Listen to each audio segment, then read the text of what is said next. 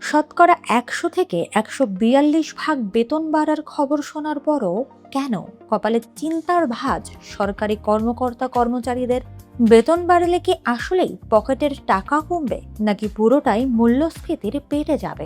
নবম pay scale বাস্তবায়ন নিয়ে আইএমএফ এর শর্ত আর গেজেট প্রকাশের অনিশ্চয়তায় হঠাৎ কেন ক্ষেপে উঠলেন সরকারি চাকরিজীবীরা? নবম জাতীয় বেতন কমিশনের সুপারিশ বাস্তবায়ন ও নতুন বেতন কাঠামোর গেজেট প্রকাশ নিয়ে সরকারি কর্মকর্তা কর্মচারীদের মধ্যে ক্ষোভ এখন তুঙ্গে। দীর্ঘদিন ধরে অপেক্ষায় থাকা সরকারি চাকরিজীবীদের মূল প্রশ্ন, কবে আসবে চূড়ান্ত সিদ্ধান্ত? সবচেয়ে বেশি দুশ্চিন্তায় পড়েছেন অবসরপ্রাপ্ত সরকারি কর্মকর্তা কর্মচারীরা।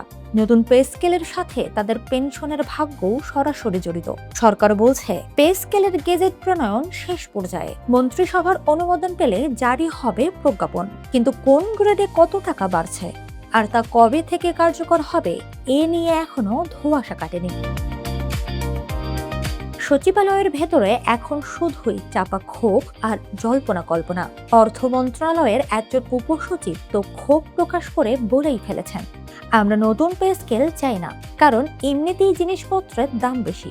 শুনছি বেতন বাড়লে নাকি জিনিসপত্রের দাম আরো বাড়বে। যেভাবে হিসাব করা হচ্ছে তাতে তো আমাদের বেতন বাড়লেও প্রকৃত আয় কমে যাওয়ার আশঙ্কা রয়েছে। তাদের দাবি, সরকারি চাকরিজীবীদের বেতন বাড়ার খবর পেলে বাজারে সিন্ডিকেট দাম বাড়িয়ে দেয়।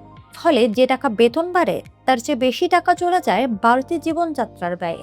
এর ওপর নভেম্বরের আগে গেজেট হবে কিনা তা নিয়ে আইএমএফ এর ঋণ কর্মসূচির আলোচনার খবর বিভ্রান্তি আরও বাড়িয়ে দিয়েছে।